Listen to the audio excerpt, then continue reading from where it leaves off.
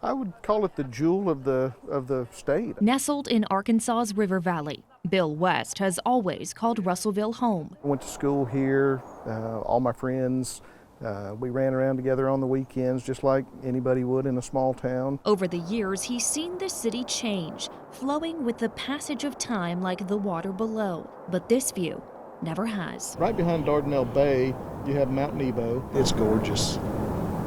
The casino is, of course, supposed to be on that end of the town over there, but who knows? That's the metaphorical elephant in the room, the casino-shaped hole in the very fabric of Pope County.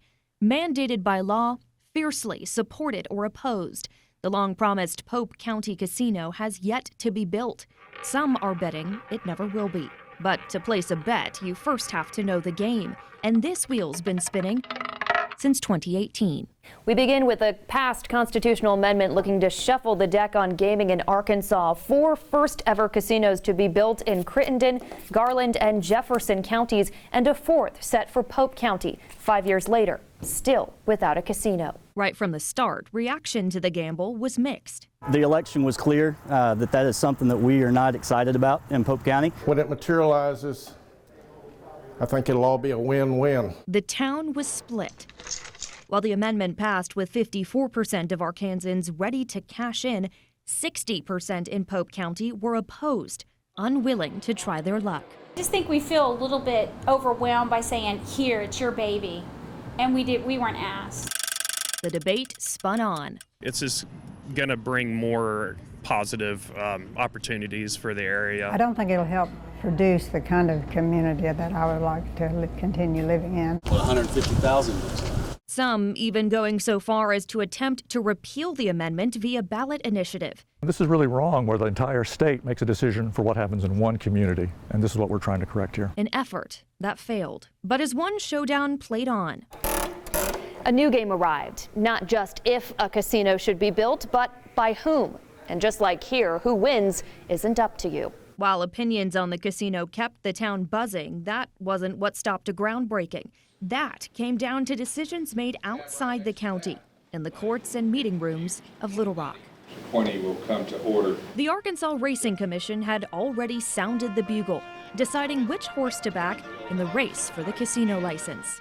All in favor say aye. It was neck and neck between 2 developers, Gulfside, who proposed the River Valley Casino Resort, and Cherokee Nation Businesses, with Legends Resort and Casino. As far as I'm concerned, Polk County is done with the issue. Current County Judge Ben Cross has always made his opinion known. Our commitment to Cherokee Nation business is as strong as their commitment to Polk County. But in the end, the Racing Commission had the final say, granting the license to Gulfside.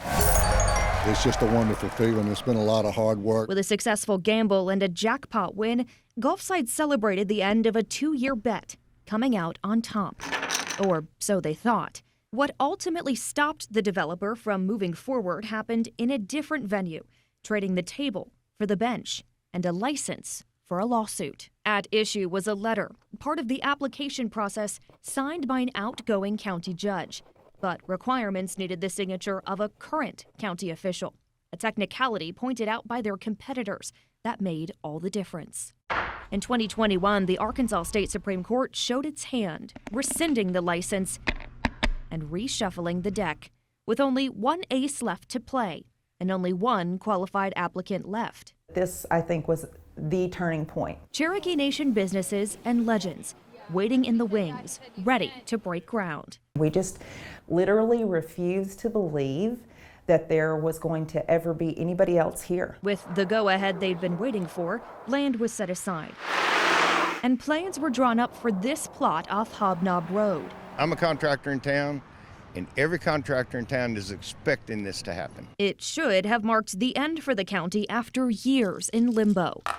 But anyone who's ever rolled the dice can tell you, it's never that simple. And CNB Legends was facing a lawsuit of their own. We challenged that they were not a qualified applicant either. Their issue? The fact that both Cherokee Nation Businesses and Legends were listed on the application. The Constitution dictates only one is allowed, a fact challenged by Gulfside, and the final straw for the Arkansas Supreme Court.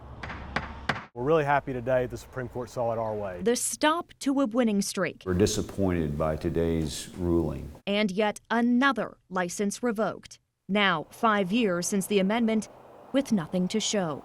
For Bill, it's a never-ending cycle. I'm tired of hearing about it after 5 years. It just kind of has drug on. From bet to bust. We've been promised a lot of things, from convention centers to ballparks. They just never seem to come to fruition. The state constitution says that it will get built, so maybe in my lifetime or my children's lifetime, something will break ground there.